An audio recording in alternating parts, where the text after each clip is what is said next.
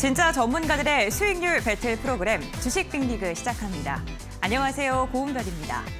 실리콘밸리 은행의 파산이 오히려 국내 증시를 상승으로 이끌고 있습니다. 미국이 지금 역대 두 번째로 큰 은행의 파산을 맞이하게 됐는데요.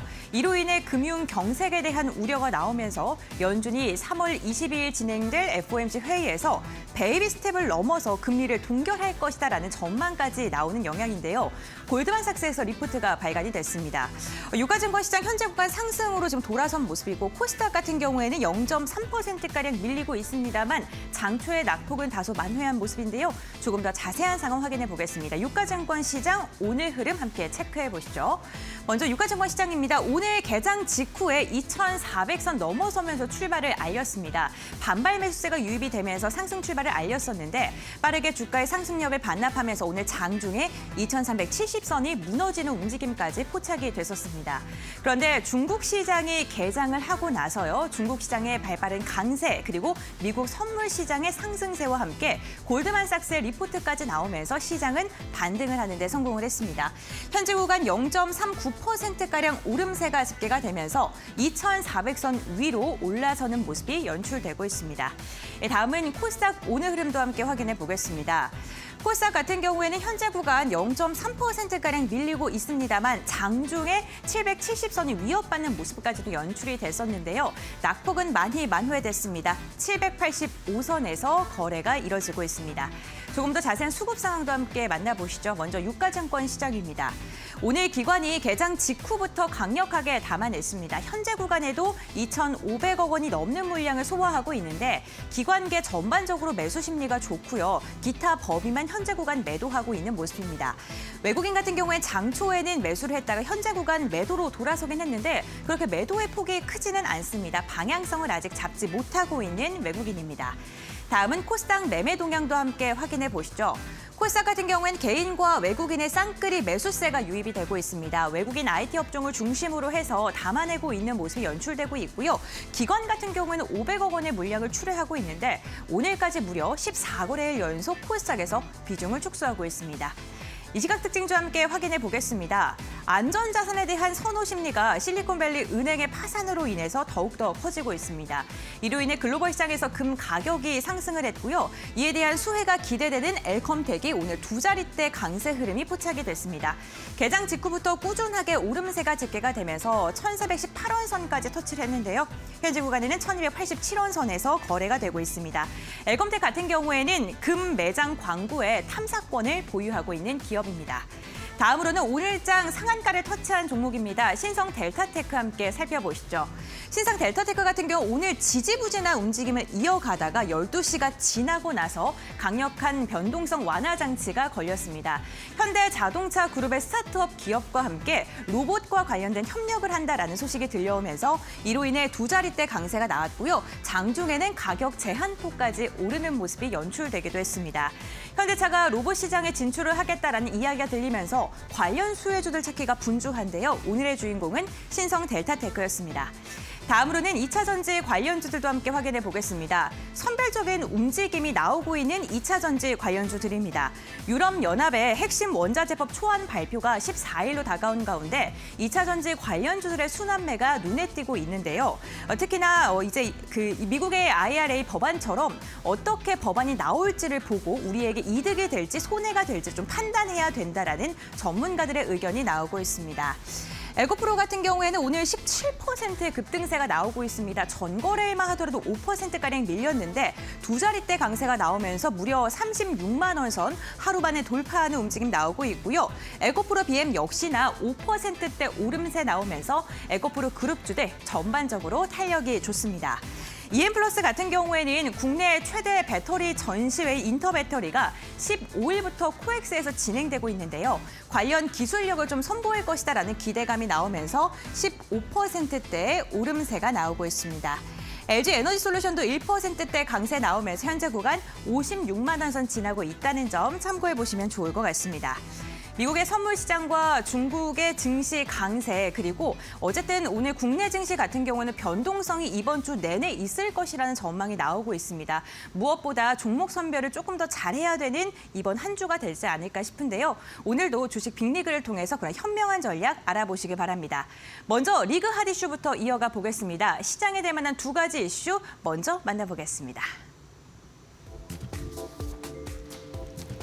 총 자산 2천억 달러가 넘는 미국 실리콘밸리 은행이 파산하면서 전 세계 금융시장이 긴장하고 있습니다.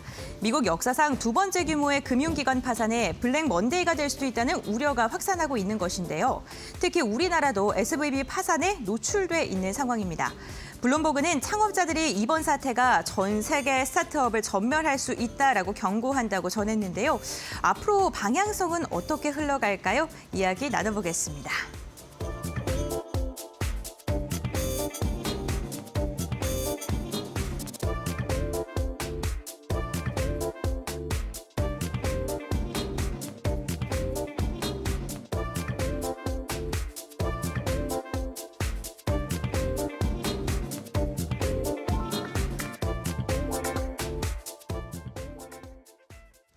네, 주말부터 지금까지 큰 이슈가 되고 있는 미국 실리콘밸리 은행 이슈에 대해서 이야기를 나눠볼 텐데 먼저 오늘 이 시간 함께 하시는 두 분과 인사 먼저 나눠보겠습니다. 이영재 전문가 나오셨고요. 주식와이프 함께합니다. 안녕하세요. 네, 안녕하세요. 네, 반갑습니다. 이슈를 한번 다뤄볼 텐데요. 와, 200조가 넘는 은행이 단 44시간 만에 파산을 했다. 정말 시장이 충격으로 들썩였습니다. 오늘 저희가 입은 옷도 네, 우울한 시장을 조금 예견한 걸까요? 네, 조금 검게 좀 옷을 입었는데 반면 국내 증시는 이와 조금 다르게 움직이네요. 일단 제가 지난주 금요일 날 말씀을 드렸던 것처럼 SV 파산을 했다고 하더라도 네. 오히려 이제 그 금리 이제까지 계속 고금리로 가다가 이제 시장의 부담을 연준이 느낄 수 있는 상황이 됐다. 그래서 금리 인하 기조로 돌아갈 수 있다. 혹은 50bp 빅스텝까지 예상을 하고 있다가 25bp 인상까지 할 수 있다라는 측면들을 생각해 본다면은 시장의 긍정적인 반응으로 움직일 수 있다라는 말씀을 금요일 날 드렸고 지금도 그런 상황이 있습니다. 그렇다고 해서 지금 우리 국내 시장이 좋은 건 아닙니다. 지금 왜 그러냐면 코스피가 0.45% 정도 상승을 하고 있는데 네. 지금 전체적으로 코스피 종목이 181 종목이 올라가고 하락 종목이 710 종목입니다. 네. 대부분이 하락하고 있습니다. 코스닥도 약보합 정도 흐름이지만 상승 종목 314 종목이고 하락 종목이 1200 종목이 넘습니다. 그런 측면을 본다면은 우리 시장 지금 좋은 상황은 아니다라는 말씀을 네. 드려보도록 하겠습니다. 거기다가 일단 SVB 얘기를 조금 더 해보면은 어차피 이제 뉴스를 말씀을 좀 드려보면은 지난주 금요일 날도 말씀을 드렸지만은 SVB가 어려워진 이유가 채권 금리와 채권 가격이 반대로 움직인다라는 설명을 지난주에 드렸습니다. 제가 오늘 가장 많이 들은 질문 중에 하나가 리먼 사태 오나요? 이 질문을 정말 많이 들었거든요. 그래서 리먼 사태 때와 지금을 좀 비교를 좀 해보도록 하겠습니다. 오늘 얘기가 길어질 것 같으니까 여러분들 집중을 잘 해주십시오. 그래서 일단 제가 지난주 금요일 날 예를 하나 드려드렸잖아요. 갑이 있습니다. 갑이 1,000만 원을 빌립니다. 1,000만 원을 빌리면서 을에게 1,000만 원을 빌리면 채권을 써줍니다. 이걸 10년 후에 가져가면은 이거 2,000만 원으로 돌려줄게 라고 을한테 얘기를 합니다. 은이 채권을 가져갑니다. 그러면 을이 채권자가 되겠죠. 채권을 가지고 있으니까 채권자입니다. 그래서 을이 채권자가 되는데 한 5년쯤 지났습니다. 이게 대충 가격으로 빠졌을 때 한 1,500만 원치가 됐다고 치죠. 근데 이게 이 친구가 이제 을이 돈이 없습니다. 근데 5년을 더 기다려서 2,000만 원을 받을 수가 없는 겁니다. 유동성이 급하죠. 그러면 이거를 병한테 넘깁니다. 병 보고 이거 1,500만 원, 지금 현재 한 1,500만 원 되는데 이거 한 1,400만 원에 넘길 테니까 이거 나중에 5년만 들고 있다가 2,000만 원으로 바꿔라 라고 얘기를 합니다. 그래서 병이 그걸 삽니다. 자, 다시 이거를 사안을 돌려봅니다. 이거를 말씀드리면 제가 이제 금리, 채권 금리와 채권 가격은 반대라고 말씀을 드렸는데 자세한 설명을 지난주 금요일 날 했으니까 유튜브를 좀 다시 한번 확인해 보시고 이 병이 지금은 SVB가 된 거죠. 채무자 갑이 미국 정부입니다. 연준이 되겠죠. 미국 정부가 되고 왜냐하면 미국 국채니까요. 여기서 을이 중간에 미국 국채를 인수한 은행이나 뭐 이런 것들이 되겠죠. 여기서 은행이나 어떤 금융기관이나 또는 국채를 인수한 쪽에서 이걸 시장에 내놨는데 SVB에서 그걸 산 겁니다. 샀는데 지난주에 말씀드렸다시피 금리와 채권 가격은 반대입니다. 금리가 계속 올라가죠. 기준금리에서 올라가면은 채권 금리는 같이 올라갑니다. 연동되는 겁니다. 올라가니까 채권 가격이 계속 떨어집니다. 그럼 어떤 일이 벌어지느냐? 채권 가격이 떨어졌는데 지금 이 친구는 14,000원에 이 채권을 산 겁니다. 예를 들어 1,400만 원에 산 겁니다. 근데 채권 가격이 떨어져가지고 만기까지 가져가면 이게 2천만 원이 될 텐데 1,300, 1,200 떨어지는 겁니다. 근데 은행이지 않습니까? 파이낸셜이니까 은행이니까 대출도 해줘야 되겠죠. 예금 맡긴 사람들이 예금을 찾으려고 하면 그거 돌려줘야 됩니다. 은행이 예금 받은 거를 전액으로 현금 갖고 있는 게 아닙니다. 지급 준비율만큼만 가지고 있습니다. 왜 그러냐? 여러분들 대출 어떻게 받을 거예요? 은행이 돈을 묶어가지고 안 내보내주면은 대출을 받을 수가 없잖아요. 그래서 돈은 돌아다니는 거란 말이죠. 그런 측면들을 생각했을 때 이 회사에서 계속 유동성을 공급해줘야 되는데 예를 들어서 이게 채권이 1,400만 원이었다가 1,500, 1,600 되면은 이 채권을 처분해가지고 유동성을 확보해서 대출도 해주고 예금도 돌려주면 되는데 떨어지니까 이걸 손절을 해야 되는 상황이 되잖아요. 손절할 게 아닌데 미국 국채인데 손절을 못하고 가지고 있다가 결국은 뱅크런이 벌어집니다. 왜냐 중간에 이제 유명한 이제 금융학자나 이런 쪽 경제학자들이 이쪽 은행 위험할 수 있다라는 트위터도 뜹니다. 그러다 보니까 뱅크런이 발생합니다. 옛날 뱅크런 같은 경우는 은행에서 줄을 서서 뱅크런을 했지만 요즘은 그렇게 안 합니다. 다 이제 모바일이나 PC나 이런 쪽을 통해 가지고 인터넷 뱅킹을 하지 않습니까? 그러니까 순식간에 인출이 됩니다. 그러니까 지난주 금요일 날 가지고 있는 자산들도 매각을 하고 유동성 자산들도 매각하고 거기다가 유상증자까지 하려고 합니다. 근데 주가가 막 떨어져 내리고 있는데 유상증자가 될 리가 없죠. 그러다 보니까 바로 파산 일로에 들었습니다. 이게 지금까지 SVB의 이야기입니다. 자, 근데 여기서 이제 리먼 사태를 떠올리는 이유는 뭔가요? 어떤 금융기관이 무너지면 연쇄적으로 무너질까 봐 우리가 겁을 내는 겁니다. 리먼하고 비교를 해볼게요. 리먼 같은 경우는 짧게만 말씀을 드리면은 리먼 같은 경우는 또 나중에 여러 번 얘기를 드릴 테니까요. 리먼 같은 경우는 우리가 이제 찬찬 거품이 끼고 있을 때입니다. 부동산을 은행 대출을 받아가지고 부동산을 삽니다. 부동산 가격이 막 올라갑니다. 이게 10억짜리가 20억 되고 20억 되면 또 어떻게 되냐면 은행에서 대출을 더해줍니다. 대출을 더해주면 그걸 가지고 또 집을 삽니다. 이런 사람들이 계속 돌아가고 있다가 은행도 그냥 대출만 해줄 수는 없죠. 채권을 가지고 있지 않습니까? 대출을 해줬으니까 그 채권을 가지고 또 유동성 자산을 만들어냅니다. 이 유동성 자산을 기반으로 또 CDO도 나오고 합니다. 이렇게 해서 계속 거품이 껴있다가 어느 날 부동산 가격이 떨어집니다. 거품이 빠지기 시작하죠. 여러분들도 은행에서 부동산 담보대출을 해보신 분들은 알겠지만은 예를 들어서 10억짜리 부동산이면 7억 정도 내서 대출을 해준다고 치죠. 근데 이게가 7억 6억이 됐습니다. 부동산이. 그러면은 추가 담보를 제공하거나 아니면 갚아야 됩니다. 근데 그걸 못할 경우에 파산이 벌써 발생하게 됩니다. 그러면은 여기 은행에 대한 담보도 채권자도 파산이 되고 채권도 파산이 되고 거기 담보에 됐던 MBS나 CDO도 파산이 되게 됩니다.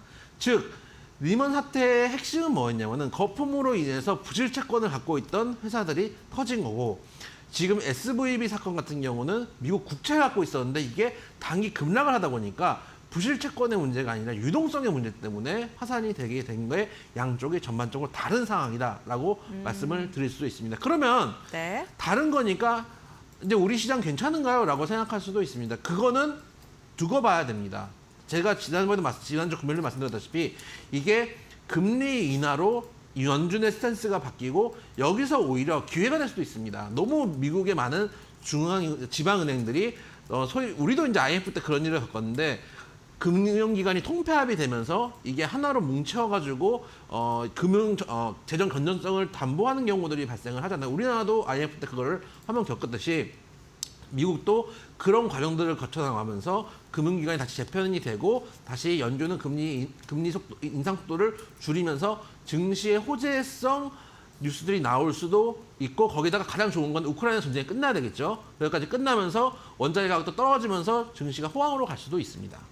이게 이제 긍정적인 소위 말하는 이제 희망회로를 돌린 거고 안 좋게 생각을 했을 때 안 좋게 생각했을 때는 여기서 유동성 문제가 발생한 회사들이 또 성장성 있는 기술주들이 빠질 가능성도 있습니다. 그걸 대비해서 연준에서 지금 당장 전액에 대해서 보증을 한다고 얘기를 했기 때문에 미국 선물 지수도 올라가고 우리 지수도 개파락을 크게 했다가 올라가고 있는 모습들을 보여주고 있습니다. 다만 여기서 우리가 마음을 놓을 수는 없습니다. 당장 주식을 정리할 때는 아니더라도 마음을 놓을 수 없다는 게 우리가 인생이랑 제가 주식이랑 똑같다는 얘기를 되게 많이 드리는데 지난번에 리먼 사태 때는 정말 골아 터진 암이 터져서 죽었다라고 볼 수 있으면은 우리가 이제 사람 사는 거 똑같지 않습니까? 명대로 사는 경우도 있지만은 암에 걸려서 죽는 경우도 있고 교통사고로 죽을 수도 있고 다른 사건으로 겨우 죽을 수도 있거든요. 그런 측면들을 생각해봤을 때 지금 어쨌든 금융기관에서 발생할 리스크가 있는 만큼 우리가 시장을 좀 면밀하게 봐야 된다. 그럼 어떻게 대응해야 되느냐? 항상 말씀드리지만 거품이 껴있는 종목들은 빠질 때 급하게 낙폭이 나올 수 있습니다. 그래서 바닥권에서 최소한 낙폭이 나와도 빠질 수 있는 종목들을 하셔야 되고 호가가 두꺼운 걸 하셔야 됩니다. 호가가 얇은 종목들은 밀려 내려가면 세게 밀려 내려갈 수 있으니까 그런 종목들로 포트폴리오를 재편하시고 지금은 시장을 조금 지켜보자. 호재로 작용할 수도 있고 악재로 작용할 수도 있는 분기점에 와 있다라는 말씀 드려보도록 하겠습니다. 네, 아직 시장을 예단하기에는 조금 좀 섣부르다라고 이야기를 해주신 것 같습니다. 그럼 주식와이프님의 의견도 들어볼 텐데 사실 지금 국내 증시가 반등을 한 게 골드만삭스가 금리 동결까지 지금 전망을 한 상태입니다. 그럼 주식와이프님께서는 이번 22일 FOMC에서 어떠한 결정을 내린다고 좀 예상을 하고 계신지 그 부분도 좀 궁금하거든요. 네. 일단은 저는 이제 지난주부터 네. 이번 사태가 전화위복의 사태가 될 수 있다. 그래서 FOMC에서 네. 원래 이제 빅스텝으로 갈 확률이 굉장히 높아졌다가 다시 이제 베이비 스텝으로 돌아가게 될 것이다라고 말씀을 드렸었고 네. 사실 이 파산설 관련해서는 또 주말에도 좀 배드 뉴스가 나왔었기 때문에 이 톡방에서도 주쌤 이 SV 관련된 상황들 좀 브리핑 좀 도와주세요 하시는 분들도 계셨습니다. 그만큼 우리 국내에 있는 개인 투자자 분들도 지금 증시가 안 그래도 지금 조정으로 넘어가는 국면에서 공포감까지도 지금 커져가고 있는 시기 때문에 이런 걱정하시는 분들 많으신 것 같은데 일단은 그 주식시장에서의 그런 이제 레파토리를 한번 토어봤을 때 보통 이제 금요일장에 악재가 나오거나 그러면은 어차피 금요일장 같은 경우는 차익 실현도 나오는 장세거든요. 거기서 이제 공포감을 심어줘서 차익 실현을 한번 싹 빼고요. 그 다음에는 이제 이어서 주말 동안에 뉴스 플로우가 갑자기 뒤집혀질 수 있습니다. 그래서 제일 중요하게 바라봐야 되는 게 월요일에 이제 미증시와 함께 이 새벽에 나오는 그런 이제 뉴스 기사들부터 시작해서 어떻게 뉴스 플로우가 변화했는지 그거에 따라서 국내 증시 흐름을 점쳐봐야 되는 거거든요. 그래서 제가 일단은 주말 동안에는 좀 편히 쉬시고 월요일 장전에 제가 시황 관련해서 한번 언급을 드리겠다라고 말씀을 드렸는데 다행히 이제 큰 틀에서 봤을 때는 이 SVB 파산 사태가 미국에서 이제 구제금융을 해주겠다라는 식으로 넘어가게 돼서 참 다행이지 않나 싶습니다. 그런데 그럼에도 불구하고 미증시는 선물 시장이 올라가고 있는데 우리 국내 시장 같은 경우에는 오늘 코스피, 코스닥 시장 굉장히 좀 암울한 상황이었거든요. 물론 이제 오후장 넘어서서 증시가 이제 반등이 나오긴 하지만 주셈 관점에서는 오늘 이제 증시 폭락이 나온 거는 아무래도 국민연금이 300억 가량의 지금 또 손실을 보게 돼서 그런 부분들이 또 국내 시장에 좀 악영향을 미친 게 아닌가라는 생각이 듭니다. 일단은 바로 앞서서 이영재 전문가님이 뱅크런 사태 관련해서까지 다 집어주셨기 때문에 저는 이제 국민연금과 관련해서 조금 더 이제 코멘터리를 해드리자면 사실 이제 그 SVB가 만약에 파산되게 되면은 그 돈을 다 못 돌려받습니다. 다행히 예금자 보호와 관련돼서는 이제 미국 정부 쪽에서 수여를 해준다고 하니까 투자자 보호는 어느 정도 된 상황이거든요. 그 예금자 보호 선에서는. 근데 주식 같은 경우에는 사실 불확실성이 큽니다. 주식은 원금을 바로 이렇게 돌려주는 그런 상품이 아니잖아요. 위험도가 굉장히 높은 그런 이제 투자 자산이기 때문에 주식에서만큼은 지금 국민연금이 손실을 피해갈 수가 없는 이제 그런 상황이라고 보는 점에서는 좀 국내 증시에 이런 좀 악영향이 간 게 아닌가라는 생각이 들었고 만약 국민연금이 만약 예금을 했더라면은 이런 예금자 보호 같은 경우 받을 수 있겠죠. 근데 주식 같은 경우에는 투자의 목적으로 쓴 것이기 때문에 투자 가치가 하락한다면은 당연히 이를 지금 회복하기는 좀 어려운 그런 상황이다라고 볼 수가 있을 것 같습니다. 근데 만약에 국민연금 쪽에서 진짜 개인 투자자들처럼 그냥 버티기로 간다라고 한다면은 그 시나리오가 만약에 SVB가 다른 쪽에 만약에 인수합병이 된다. 그래가지고 적절한 주식 가격을 먹고 어떻게 보면 팔 수 있는 다른 지분으로 바꿀 수 있는 그런 이제 기회가 생긴다면은 역시나 좀 손해를 덜 보고 나올 수가 있을 것 같은데 아직까지는 그런 상황들이 좀 불확실성이 있기 때문에 국내 증시까지도 이런 여파는 좀 단기적으로 미칠 수밖에 없었다라고 보실 수 있을 것 같고요. 일단은 이번 주 주간 같은 경우에는 소비자 물가지수 발표까지 있기 때문에 증시 변동성은 좀 감안하고 가셔야 된다라는 큰 틀에서 좀 보셨으면 좋겠고, 과거에 아무래도 리먼 브라더스 사태가 있기 때문에 아마 미증시 쪽에서도 이를 좀 감안해서 미국 정부 쪽에서도 이렇게 긴급 수혈 나선 것으로 보여지기 때문에 오히려 방향성이 이제 금리 인하 쪽으로 계속해서 좀 언급이 나오면서 증시에 조금 더 이제 반등이 좀 줄만한 그런 모멘텀으로 다시금 진행되지 않을까라고 바라보고 있습니다. 네, 알겠습니다. 불확실성이 점점 더 높아지고 있는 시장이고요. 어쨌든 이번 주까지는 변동성이 있는 장세다라고 두 분 다 말씀해 주셨는데, 그렇다면 증권 섹터 내에서는 어떠한 종목을 조금 집중적으로 봐야 될지 이영재 전문가님의 의견 들어보겠습니다. 증권 섹터를 가져온 이유가 있습니다. 네. 증권 섹터는 집중해서 보자고 가져온 게 아니고 네.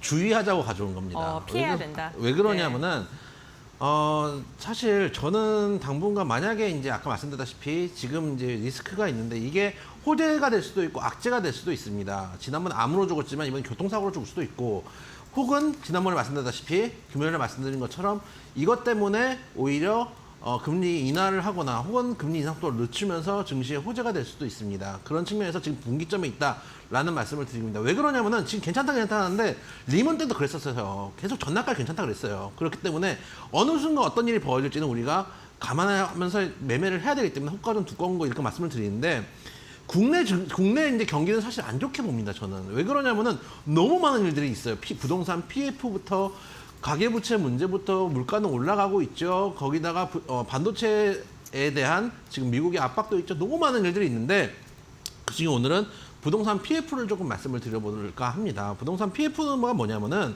먼지부터 좀 간단히 말씀을 드리면은, 부동산을 이제 예를 들어서 재건축을 하거나 신규 단지를 짓는다 그러면은 이거를 전부 다 현찰로 지을 수가 없잖아요. 그러니까 솔직히 말해서 건설사들이 돈을 갖고 있다고 하더라도 여기서 한 단지에다가 전부 다 돈을 들여 부으면은 여러 단지를 지을 수가 없지 않습니까? 그럼 유동성이 막히게 되죠. 그러니까 프로젝트 파이낸싱을 합니다. 그래서 이걸 가지고 돈을 증권사나 이런 데 또 은행에서 빌려가지고 이걸 가지고 돈을 운영을 해가지고 집을 짓게 됩니다. 근데 문제는 뭐냐면은 이렇게 짓고 있는데 이 자체가 금리가 되게 높습니다. 왜냐하면은 어떤 담보나 이런 것들을 잡는 게 아니고 프로젝트를 가지고 이걸 담보로 해가지고 돈을 빌리기 때문에 되게 금리가 높은데, 거기다가 레고랜드 사태가 있잖아요. 레고랜드 사태 때 우리가 강원도에서 제일 보증도가 강한, 거의 정부 보증과 같은 강원도에서 못 갚겠다고 해봤죠. 사실 못 갚을 수도 없었어요.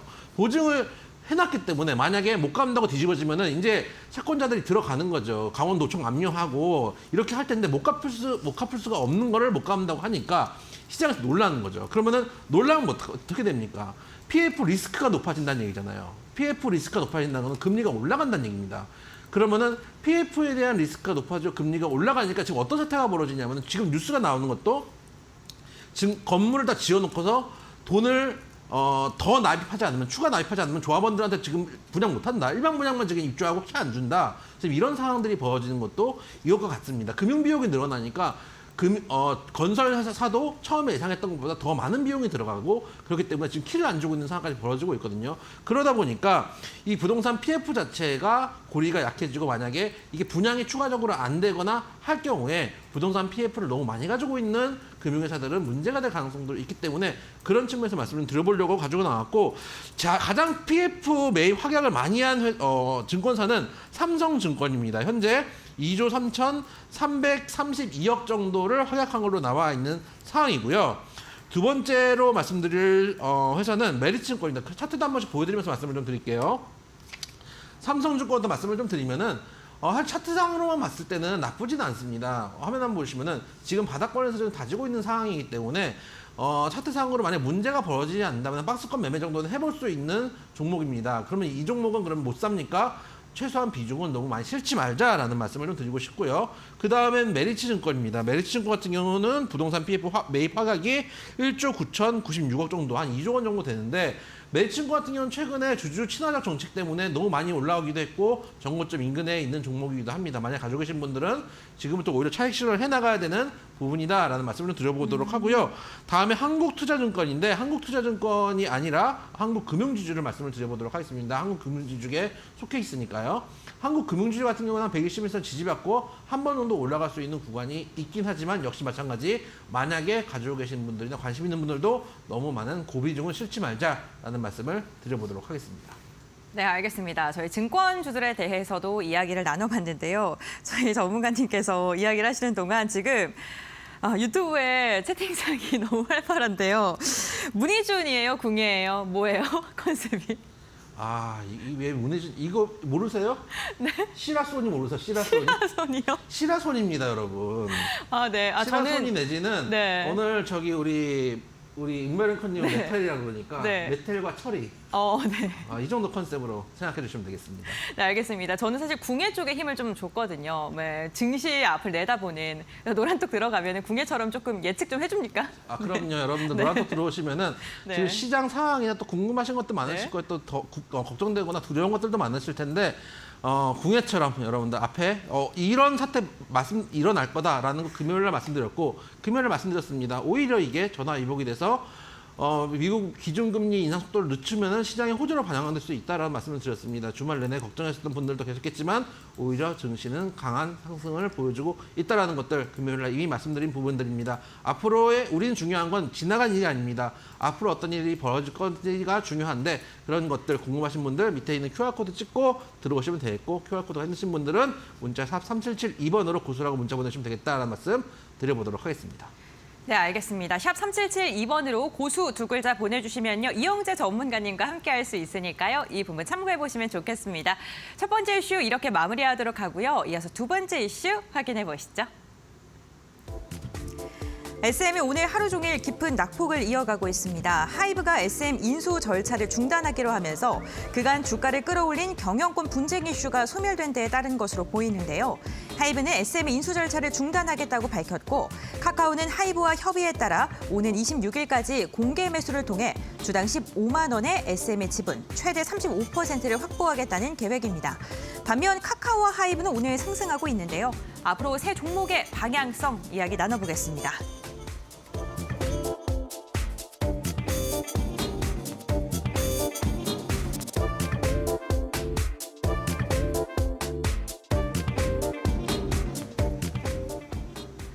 네, 하이브가 SM과 전격 합의를 하면서 이제 SM에 대해서 좀 인수를 중단하겠다라고 이야기를 했습니다. 카카오와 함께 조금 협력을 하겠다라는 그런 방향으로 보이는데요.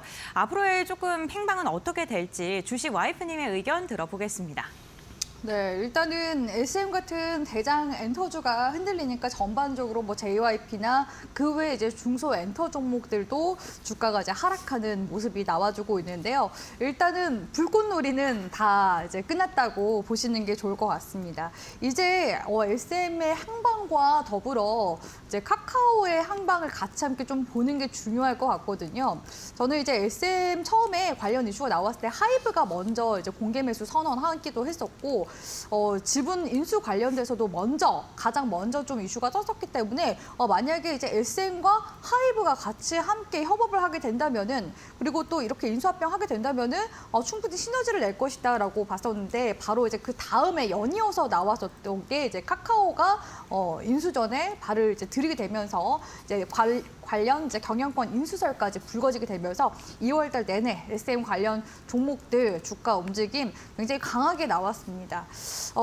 이 SM 쪽에서 이제 SM 3.0을 이제 구상하기 위해서 비핵심 이제 자산들도 매각한다는 이슈는 있거든요. 그래서 그런 관점에서 오늘 SM 주가는 좀 급락이 나오지만 이 관련 매각설과 관련되어 있는 종목들은 주가가 그래도 이제 좀 이후에도 움직임이 나오지 않을까라고 봤었는데 같이 함께 흐름 좀 살펴보도록 하겠습니다. 일단 SM CNC 먼저 함께 보도록 할 텐데요. DOU 같은 경우에는 매각 관련해서 아직까지는 밝혀진 사항이 없고 매각 생각이 없다라는 이슈가 나왔기 때문에 이 비핵심 자산에 대해서 지금 이야기가 언급이 되고 있는 게 SM CLC와 대표적으로 키스트라고 보시는 게 좋습니다. 근데 SM CLC 같은 경우에는 이제 2월달에 관련 이제 SM 매각 관련된 이슈 나오고 났을 때 주가가 5,990원까지 올라갔다가 3월 달 경부터 기점으로 해서 반등 나오나 싶었더니 지금 흑산병 이하로 거의 지금 음봉이 5개나 나오면서 다시 원래대로 주가가 이제 회귀를 해버렸거든요. 그래서 지금 주가 움직임 보니까 결국에는 저항대가 이제 5,200원대에서 형성이 돼서 결론적으로는 이게 하락 추세가 이렇게 봐야 되나 싶은 분들도 있겠지만 제가 봤을 때는 쌍봉 형태로 결국에는 주가가 이제 원래 주가로 이제 돌아갔다라고 보시는 게 좋을 것 같습니다. 근데 아직 관련된 SM, CNC는 이슈가 끝났다고 보기는 좀 애매할 것 같고 이런 이제 후발 관련된 이슈는 좀 지켜봐야 되지 않나라는 그런 생각은 들거든요. 그래서 단기적으로 이제 급등한 구간은 어느 정도 지금 되돌림이 다 나와줬었기 때문에 앞전 구간에 들어갔었던 매물에 대해서는 아마 좀 흐름이 다 나왔을 거라고 생각이 듭니다. 그래서 지금 구간에서는 이제 3,500원 선을 이제 지켜주면서 다시금 좀 반등이 나오면서 이런 비핵심 자산에 대한 매각 이슈로 다시금 반등이 나오느냐라는 움직임을 좀 살펴봐야 될 것 같다라는 입장인데 사실 저는 이제 SM, CNC보다 키스트를 조금 더 중점으로 보고 있긴 하거든요.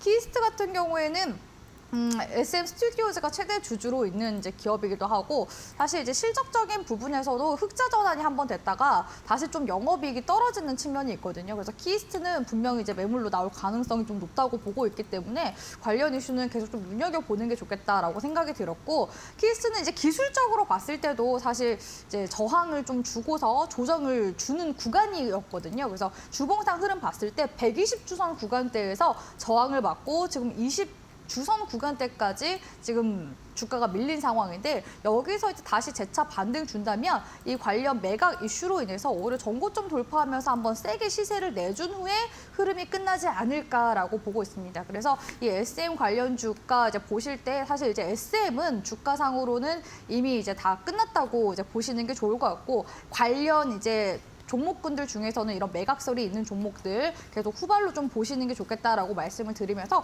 특징주 시간에는 좀 대표적으로 3파전이 있었던 SM과 카카오, 하이브와 관련된 주가 움직임도 같이 함께 동향 살펴봐 드리도록 하겠습니다. 네, 알겠습니다. 주식와이프님께서 SM과 관련된 그룹주들 전반적으로 좀 짚어주셨는데 이영재 전문가님께서는 이번 인수전에 대해서 어떻게 생각하시는지 궁금합니다. 정말 이제 너무 어떻게 보면 지저분한 일들이 많았었죠. 서로 뭐 통화하고 뭐하고 했는데 결국 이제 위에 물리신 투자자들만 아마 고생을 하게 될 가능성이 높습니다. 15만 원 얘기 나왔지만은 전량을 이렇게 매수를 해주는 게 아니고 그 공개 매수하기로 한 비율만큼, 그러니까 내가 갖고 있는 이 총 주식 중에 그 공개 매수의 비율만큼만 이제 15만 원에 매입을 하게 되고 나머지는 그냥 이제 시장가로 시장에 이제 남아 있는 주식이 되거든요. 근데 이 종목이 얼마 전까지도 7만 원대 종목이었다는 걸 생각하면 사실은 이제 7만 원대까지 열려도 내려가도 어떻게 보면은 이상하지 않다. 거기다가 7만 원 동안 내려올 때는 내려올 때 힘이 있기 때문에 그 이하로 내려갈 수도 있다는 것들을 좀 생각해 봤을 때는 SM 만약에 너무 비중이 많으신 분들은 좀 줄여주셨으면 좋겠고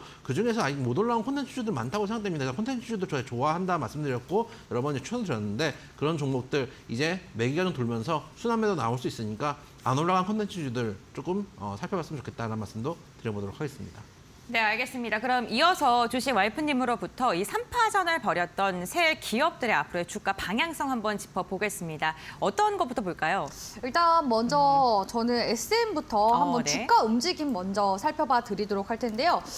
SM 오늘 완전 지금 폭락으로 돌아가고 있죠. 사실 이런 거는 이제 기술적인 약간 좀 팁이라고 좀 말씀을 드리고 싶은 부분이 있는데 일단 SM이 지금 2월 달부터 시작해서 주가가 전고점 돌파하면서 굉장히 강한 시세를 내기 시작했습니다. 근데 이런 움직임이 언제부터 나왔었냐면 1월 달에 이제 전고점 돌파해주려는 이제 시도가 거래량이 이제 들어오면서 한번 나왔었거든요. 그러니까 사실 제대로 된 매수 타점은 뭐 과거형이긴 하지만 1월 달부터 관심을 좀 가졌으면은 좋았을 뻔했다라는 생각이 들고 SM이 이제 그 이후로는 2월 달부터는 사실 이제 접근 불가능한 이제 구간의 영역의 주가가 되어버렸죠. 특히나 3월 이제 들어서서 갭 상승 구간까지 나왔다는 것은 이런 구간을 분명히 이제 메워줄 가능성이 높습니다. 그렇기 때문에 갭 상승도 떴다 하면은 절대로 신규로 진입을 하시면 안 되는 구간입니다. 그래서 혹시라도 SM 물려 계신 분들이시라면은 지금 구간에서는 당연히 나오셔야 되는 구간이기도 하고 내가 왜 이렇게 갭 상승 구간에서 들어갔지 하고서 약간 좀 후회를 하시면서 다음번에는 이런 구간에서는 절대 들어가지 않으시길 이제 바라는 마음에서 이제 말씀드리는 기술적인 구간들입니다. 그리고 이제 SM 주가 움직임이 가격 이동 평균선으로 봤을 때 이 지금 핑크색 선이 단기선이거든요. 5일선인데 이렇게 5일선을 타고 올라갈 때는 종목을 보유하셔도 괜찮습니다. 그래서 주쌤이 SM 종목 가지고 계신 분들께도 제가 추세를 타시라고 항상 말씀드리거든요.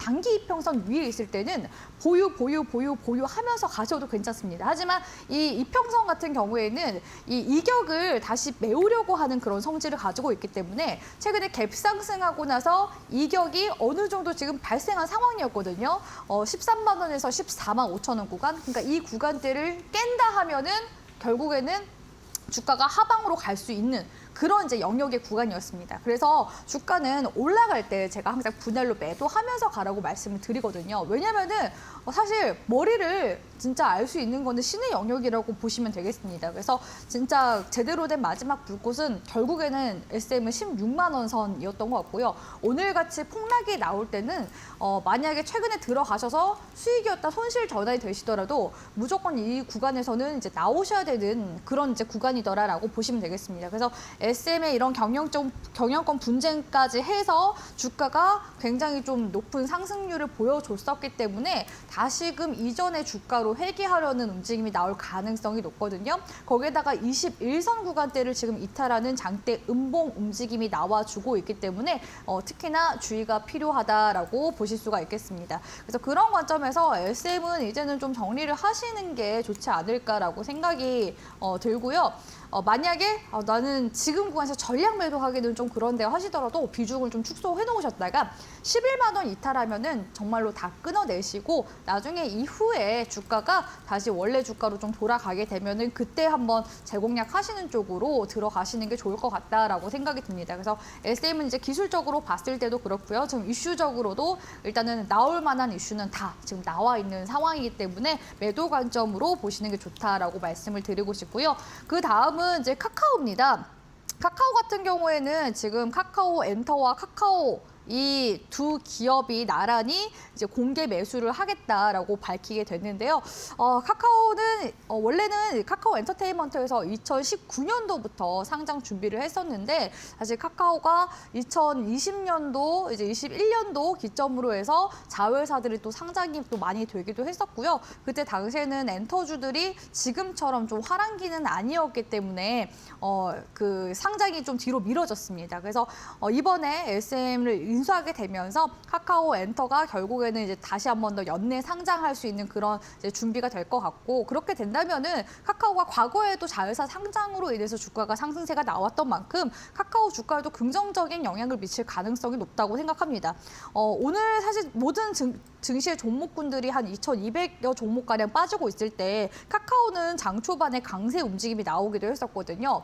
7%대 정도 강세 움직임이 나와서 사실 오늘 환율도 좀 떨어지기도 하고 다시 이제 베이비 스텝으로 금리가 그렇게 가면서 성장주로서의 이제 움직임으로서 상승세가 강했던 건가라고 생각을 해봤는데 또 반대로 또 생각을 해보니까 카카오 쪽에서 지금 인수가 이제 다시 원활하게 진행이 될 가능성이 높다 보니까 이런 이제 부분들이 모멘텀으로 작용을 하면서 오늘 관련 기대감이 또 카카오 쪽에 들어온 게 아닌가라는 생각이 들었습니다. 그래서 카카오는 지금 시점에서는 저는 충분히 그냥 카카오 엔터 상장 이슈만 이제 제외하더라도 성장주로서도 굉장히 지금 주가상 메리트가 있는 그런 종목이라고 보고 있기 때문에 제가 카카오나 네이버 이런 종목들 중간중간마다 브리핑 도와드릴 때마다 말씀드리는 것 같은데 지금 시점에서 1차 매수 접근하는 건 충분히 괜찮다라고 보고 있습니다. 그래서 모아가기에 괜찮은 구간이라고 보고 있기 때문에 연내 이런 상장 관련된 이슈도 함께 보시라고 말씀을 드리고 싶고요. 그리고 이제 마지막 종목 같은 경우에는 하이브입니다. 하이브 같은 경우에는 이제 협상은 다 이제 했고 이제 플랫폼으로서 같이 함께 이제 협업을 하면서 가겠다라는 그래도 긍정적으로 마무리가 잘 된 것 같습니다. 그래서 하이브도 사실상 주가가 그렇게 크게 염려할 만큼 뭐 빠지거나 그러지 않았고 오히려 하이브는 오늘 장에서 반등이 나왔습니다. 그래서 하이브는 뭐 지금 시점에서 이제 신인 걸그룹 뉴진스도 워낙 지금 빌보드 차트 계속해서 상위권 유지해 나가고 있기 때문에 이러한 이제 점들로 봤을 때 그 관련 이제 레이블들 그리고 신인 이제 발굴 이런 부분들을 봤을 때는 저는 충분히 메리트가 있는 그런 이제 종목이라고 보고 있기 때문에 하이브를 볼 때는 뭐 BTS 이런 쪽으로만 보지 마시고 계속해서 신인 이런 그룹의 발굴 이런 부분들도 같이 함께 좀 보시면서 IPO 쪽으로 보셨으면 좋겠다라고 말씀을 드리고 싶습니다. 그래서 주가가 반등이 나온다면은 저는 충분히 23만 원 선 정도까지도 하이브 반등세 나올 가능성이 높다고 생각이 들거든요. 그래서 오히려 지금 시점에서 뭐 JYP나 SM 빠지고 있잖아요. 그러면 하이브 쪽으로 계속해서 관심을 좀 갖는 게 순환매 관점에서도 저는 긍정적으로 보고 있기 때문에 하이브는 지금 시점에서 접근 충분히 가능하다고 보고 있고 다소 이제 좀 SM 인수 관련해서는 아쉽긴 하지만 여전히 그 외적인 그런 메리트가 굉장히 많은 종목이다라고서 총 브리핑 마치도록 하겠습니다. 네, 알겠습니다. 3파전의 주인공인 세 종목에 대해서 디테일하게 이야기를 나눠봤습니다. 네, 저희 주식 와이프님과 그리고 이영재 전문가님과 함께하고 있는 주식 빅리그인데요. 주식 와이프님과 또 방송 시간 외에도 함께할 수 있는 방법이 있잖아요. 네, 우리 시청자분들이 주식 네. 원래 오전 방송에 나오다가 이제 오후 방송에 나와서 관심 종목 이제 하나밖에 못 받는다고 굉장히 아쉬워하시더라고요. 네. 그래서 우리 시청자분들 주쌤이 물론 이제 관심주는 여기서는 이제 한 종목만 드리지만 계속 이제 주쌤 열심히 이제 또 따라다니시다 보면은 관심주 계속 주쌤이 드릴 겁니다. 그래서 너무 아쉬워하지 마시고요. 톡방에 들어오시면 주쌤이 그래도 일주일에 한 번 정도 무료 방송도 진행해드리고 있거든요. 그래서 무료 방송 통해서 종목 상담도 도와드리고 있고요. 관심 종목들도 많이 제시 도와드리고 있으니까 아쉬워하지 마시고 주쌤 도움 받아가셨으면 좋겠습니다.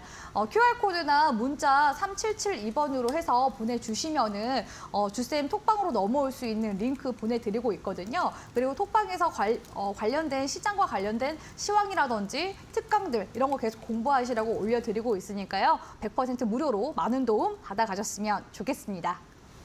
네, 알겠습니다. 이렇게 두 가지 이슈 이야기 나눠봤습니다. 지금 들었던 내용 다시 한번 정리를 해드리고요. 본격적인 수익률 대결로 돌아오겠습니다.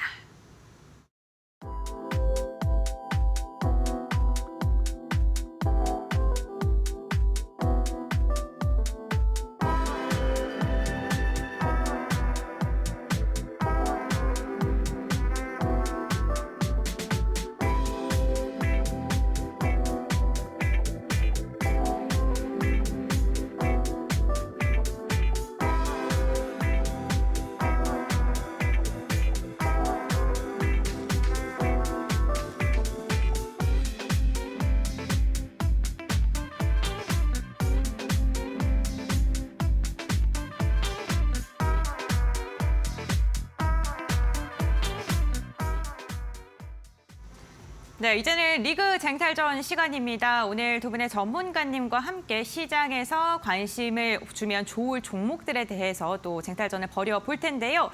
오늘 전문가님들과 함께하고 있는 방법 방송 시간 외에도 있습니다. 샵 3772번 건당 100원의 문자로 고수 두 글자 보내주시면요. 이영재 전문가님과 함께할 수 있는 노란톡 오픈 채팅방 링크 저희가 보내드리고요. 샵 3772번 건당 100원의 문자를 통해서 주와 두 글자 보내주시면 주식 와이프 전문가님과도 함께할 수 있습니다.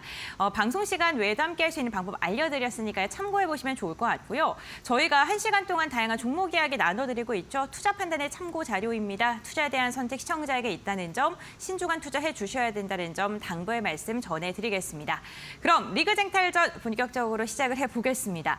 이영재 전문가님의 출전 종목 어떤 종목일까요? 오늘 좀 무거운 걸 가지고 왔습니다. 왜 그러냐면은 정말 좋은 종목도 있고 시장이 생각보다 잘 갈 수도 있습니다. 아까 말씀드렸죠. 지금 변곡점에 있는 거지 죽은 게 아닙니다. 네. 근데 문제는 여러분들 심리가 죽은 게 문제입니다. 그러면 여러분들 심리가 죽지 않으려면 어떻게 해야 됩니까? 믿을 수 있는 든든한 종목을 가져가야 된다는 측면에서 오늘 가지고 나온 종목은 LG화학이라는 종목입니다. 잘 아시는 종목이죠. 석유화학, 2차전지, 첨단 소재, 생명과학까지 하고 있는 회사고 LG 엔솔의 지분을 81.84%까지 보유를 하고 있는 종목입니다. 화면 한번 보시면은 꾸준하게 지금 우상향을 하고 있고 저점과 고점을 다 높이고 있는 상황입니다. 거기다가 최근에 장기 펀트까지 돌파를 하고 481선까지 돌파를 해주고 눌림목까지 한번 주고 다시 양봉이 나오고 있는 상태이기 때문에 장이 좀 어렵다 할 때는 오히려 이런 종목들 가지고 든든하게 가자라는 측면에서 LG 화학을 말씀 좀 드려보도록 하고요. 현재 71만 6천원이나 71만 원대 어간이면 충분히 사볼만 하고요. 목표가는 가장 이제 두꺼운 매물대 80만 원대를 일단 1차 목표가로 잡으시고요. 밑에 하방이 깨지면 안 되기 때문에 손절가 64만 원 정도 한 121선 인근 자리를 손절가로 잡고 대응하시면 충분히 수익이 나올 수 있는 자리들이 있다라는 말씀 드려보도록 하겠습니다. 네, 시장이 변곡점에 위치해 있다라고 이야기하시면서 조금은 무거운 종목을 가지고 오셨습니다. LG화학이고요. 목표가 80만 원, 손절가 64만 원 제시해 주셨습니다. 이에 대응하는 주식와이프의 종목도 들어보겠습니다. 어떤 종목 들고 오셨을까요? 네, 제가 이게 직업병일 수 있는데 이게 또 수익률 프로그램이다 보니까 네. 제가 이영재 전문가님 종목 가지고 오는 패턴을 또 분석을 해봤거든요. 네. 근데 왠지 오늘 우량주를 가지고 오실 것 같아서 네. 저도 이제 우량주의 우량주다. 심리가 그래서 익혔네요, 전문가님. 네, 가지고 네. 와봤습니다. 네. 그래서 주쌤은 이 LG화학 네. 배터리 관련된 이제 기업이잖아요. 그래서 네. 저는 전기차 관련된 이슈와 반도체 관련된 이슈 두 개 다 가지고 있는 종목을 가지고 왔는데 바로 하나 머티리얼즈라는 종목입니다. 하나 머티리얼즈 같은 경우에는 전기차 시장에서 활발하게 적용되고 있는 탄화규소 기판 소재 폐기물을 재활용해 전력 반도체 단결정 기판을 초고속으로 성장시킬 수 있는 기술을 개발했다라는 그런 관련되어 있는 이슈도 가지고 있기 때문에 전기차 관련된 기판 소재 관련주로도 보실 수가 있을 것 같고요. 특히나 반도체 장비주로도 엮여 있는 이제 기업이기도 한데 K 반도체 칩스 법안 지금 3월 달로 넘어가 있는 상황이죠. 그래서 만약에 또 통과되게 되면은 역시나 관련 수혜 받을 수 있다고 보고 있고요. 사실 이런 반도체 관련 종목군들은 특히 3, 4분기에 실적이 굉장히 좋게 나오기 때문에 3, 4분기 이제 돼서야 비로소야 이제 주가가 꽃을 피우는 그런 이제 기업이라고 보실 수가 있겠습니다. 그래서 이 종목 같은 경우에는 최근에 이렇게 어려운 업황 속에서도 계속해서 매출을 또 꾸준하게 잘 내고 있다라는 장점을 가지고 있는 종목이기도 하고요. 올해 상반기경에 반도체 재고 조정이 끝나고 나서 하반기경에는 이렇게 반도체 수급까지도 개선이 될 가능성이 높기 때문에 관련 이슈들 같이 함께 좀 잘 보셨으면 좋겠다라고 말씀드릴 수가 있겠습니다. 그런 관점에서 하나 머티리얼즈 주가 움직임 같이 함께 보도록 할 텐데요. 사실 오늘처럼 장이 빠짐에도 불구하고 반등을 주는 그런 종목들이 시장을 역행하는 좋은 종목이라고 볼 수가 있겠는데 오늘 하나 머티리얼즈 움직임 보니까 오히려 이제 반등으로 지금 추세 잘 지켜주고 있는 모습 관측이 되고 있더라고요. 그래서 하나 머티리얼즈 지금 시점에서 공략 가능한 시점이라고 보고 있고요. 애초에 낙폭 과대 구간 이후에 지금 횡보로 가고 있는 구간이기 때문에 구간 역시도 지금 저평가 메리트 충분히 있다라고 보여지는 구간입니다. 그래서 그런 관점에서 하나 머티리얼즈 주봉상 움직임 보면서 목표 주가와 손절가 정해드리도록 할 텐데요. 손절가 같은 경우에는 이전에 전저점 구간대 기점으로 해서 33,500원대 구간 단기 관점으로 손절가 잡아드리도록 할 거고요. 목표 주가 같은 경우에는 주셈 관점에서는 2, 3분기까지는 좀 가져가 보셔라라고 말씀을 드리고 싶은데 스윙 관점으로 44,000원 목표가 설정해드리도록 하겠습니다. 네, 알겠습니다. 묵직한 종목이 한 종목 더 나왔습니다. 하나 머티리얼즈고요. 목표가 44,000원, 손절가 33,500원으로 가격 밴드 제시해 주셨습니다. 참고해 보시면 좋을 것 같습니다. 네, 오늘 두 분과 함께 저희 주식 빅리그 다양한 이야기 나누고 있는데 어느덧 마칠 시간이 다가왔습니다. 많은 시청자분들께서도 너무나도 아쉬우실 것 같아요. 이영재 전문가님과 노란톡에서 함께 할 수 있는 방법 소개해 주시죠. 항상 말씀드리는 핸드폰 들으시고 카메라를 켜시고 밑에 있는 QR코드를 찍으면 바로 링크가 나온다라는 말씀을 드려보고 또 어려우신 분들은 문자 샵 3772번으로 고수라고 문자 보내주시면 된다라는 말씀 드리도록 하고요. 오늘도 사실 SVB 이야기를 하다가 너무 사실 시간이 짧아서 다 못했는데 지난주 금요일에도 제가 다 하다가 시간이 멀어서 못한 얘기들은 영상으로 정리해서 올려드리고 있습니다. 올려드리기도 했었고 오늘도 여러분들 그리고 앞으로도 하다가 이야기 못한 이야기들 또 방송 시간이 너무 짧아서 못한 이야기들은 다시 또 제가 영상으로 올려드리기도 하니까 오셔가지고 또 재밌는 이야기들도 함께 나누시고 뉴스와 시황 그리고 공부까지 함께 하셨으면 좋겠다는 말씀 드려보도록 하겠습니다. 네, 샵 3772번 건당 100원의 문자로 고수 보내주시면 됩니다. 그럼 이번에 주식와이프님과 함께 할 수 있는 방법. 우선 이영재 전문가님께서는요. 이제 시장 상황에 대한 걸 영상으로 올려주신다라고 공약을 걸었었거든요. 그러면 주식와이프님 어떤 게 있습니까? 사실 네. 오늘 장이 좀 빠졌다가 반등 주고 있는 장이지 않습니까? 네. 그럼에도 불구하고 지금 네 종목은 반등이 안 나오고 있어서 고민하시는 분들 많으실 거라고 생각이 네. 듭니다. 주쌤이 원래 이 특강을 금요일 날 올려드리려고 했었던 특강이었는데 주쌤이 좀 깜빡했습니다. 인간적이죠. 그래서 오늘 주쌤이 넘어오시는 분들께는 장마감하고 나서 주쌤의 계좌 관리 노하우가 담겨져 있는 특강을 한 번 더 오. 올려드릴까 합니다. 제가 이거 매번 올려드리는 게 아니라 한 번씩 제가 특강 올려드리고 있거든요. 왜냐하면 노하우이기 때문에 이게 네. 많은 사람들한테 알려져서는 안 됩니다. 그래서 주쌤의 이 계좌 관리 노하우 알고 싶으신 분들은 톡방에 넘어오시면 장마감쯤에 주쌤이 특강 올려드리도록 할 테니까요. 많이 공부하시고 주쌤과 함께 하셨으면 좋겠습니다. 네, 알겠습니다. 주식 빅리그 오늘도 두 분과 함께했습니다. 이영재 전문가 주식 와이프와는 여기서 마무리하도록 하겠습니다. 오늘 말씀 감사드립니다. 네, 오늘도 오후 2시엔 주식 빅리그와 함께했습니다. 오후장까지 이데일리 TV와 함께하시길 바라겠고요. 오늘도 끝까지 함께해 주셔서 너무나도 감사드립니다.